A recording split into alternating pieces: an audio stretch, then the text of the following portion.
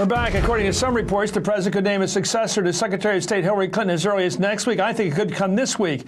It's a decision that is fraught with risk. The New York Times reported yesterday that White House aides say the president's the current ambassador to the UN. But Republicans like Senator John McCain and Lindsey Graham have threatened to filibuster her nomination, and thanks to her appearances on TV following the Benghazi attacks, that seems to bug them. Would the president risk starting off his second term with a decision that will likely lead to a bitter confrontation fight, or will he choose someone with a better chance of getting confirmed, someone like Senator John Kerry? Richard Wolff is a vice president and executive editor of MSNBC.com. He's also an MSNBC political analyst. And Jay Newton-Small is the diplomatic correspondent for Time. Thank you both. Richard, I want to get your sense of the president's thinking here. Now, I think the most successful thing he ever did in terms of policy or personnel was naming Hillary Clinton, the senator from New York, and former First Lady, to be a Secretary of State, because he established a second principle out there besides himself in foreign policy. So he could let her lead the way as his partner, fellow cabinet member in a sense, a minister, a foreign minister. She was not a staffer. She had her own lineage and her own stature apart from him and always will. That's my preference in cabinet appointments. Don't put staff people in the cabinet positions. You need that creative tension, and second terms die when the president gets too comfortable with the people around him because he's promoted them from within. I look at all the recent presidents and have screwed up that way. So you know my prejudice, and I hope it doesn't get in the way with my feelings towards these candidates. But what do you think's going on in the president's head right now based upon the influences of Mrs. Clinton, Valerie Jarrett, and other people in the White House? Well, Susan Rice has been a preferred candidate for a long time. And Susan Rice has, I take where your question is going, but she's had a foot in both worlds as a trusted member of that inner circle who was there very early on in terms of the Obama campaign. But she's also proved herself on this world stage, which is what the UN job really is. When you think about the sanctions against Iran, she's been pushing ahead with that. When you think about the air war in terms of the support for the rebels in Libya, which apparently people like John McCain do say they care about, she was instrumental in that. And then even the harder piece of diplomacy, bridging the gap between the Obama world and the Clinton world, because she has worked very well with Hillary Clinton. You know, Susan Rice has the whole package there, so to kind of suggest she's a staff person really doesn't get to her credentials for this job. I think she did one other thing besides that, adding to her credentials, was that very finesseful way in which she handled the push by the Palestinians for statehood, that abrupt move they were going to do. Somehow she pushed back very successfully on that. So what's your sense, though? You're a political reader like I am, Richard. Who's he going to pick if you had a bet right now?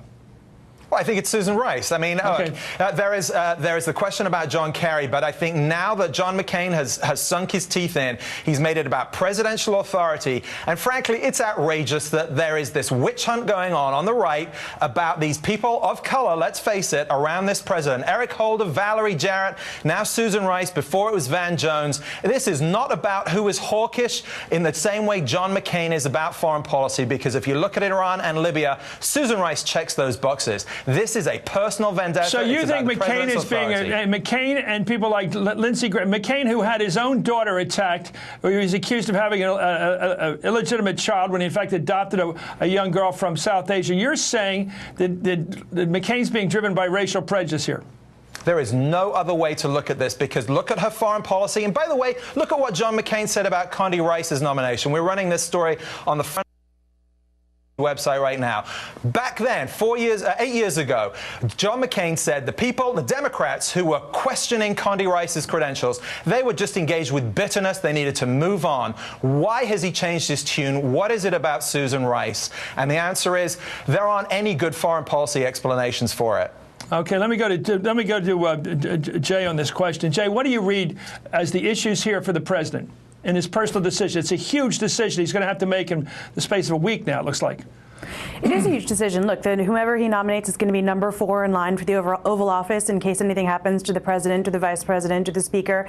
And that said, you want somebody with gravitas. You want somebody who's tested, and you want someone who, you feel comfortable with and trusting not only the nation, but your foreign policy, but potentially the nation as well. And so, in that sense, Hillary Clinton certainly fit the bill for the job, and they're hoping that Susan Rice would also fit the bill for the job. But keep in mind that these 5 interviews that she did on the morning shows were essentially a tryout for her. And you know, she was trying to prove herself to the president. And in that sense, as you were saying earlier, she sort of stuck to the talking points. And I know it's unfair to get pilloried for sticking to the talking points, but at the same time, do you want someone who will who will think for themselves and question talking points, or do you want someone who will just, and she was trying to sort of show that she would be a good soldier, she would do what you want her to do, and she did that, and that got her into a lot of trouble. And if she thought perhaps a little bit more independently, questioned the talking points, read the intelligence herself, then maybe she might have thought, you know, answered these questions differently or spoken differently on the shows. So, Richard, you disagree with that assessment. You say that she would be an autonomous member of the cabinet, that she would, in fact, be a separate principal with her own stature, would not be basically someone who would do something that Tom Donilon would send over the notes or whatever, and she would do it. You don't see her as that kind of an appendage. Let's just look at Benghazi itself, okay? If she was someone who just followed everyone else's orders, she would not leading voices, along with Hillary Clinton, to support the rebels in Benghazi and protect the civilians there. John McCain knows that full well.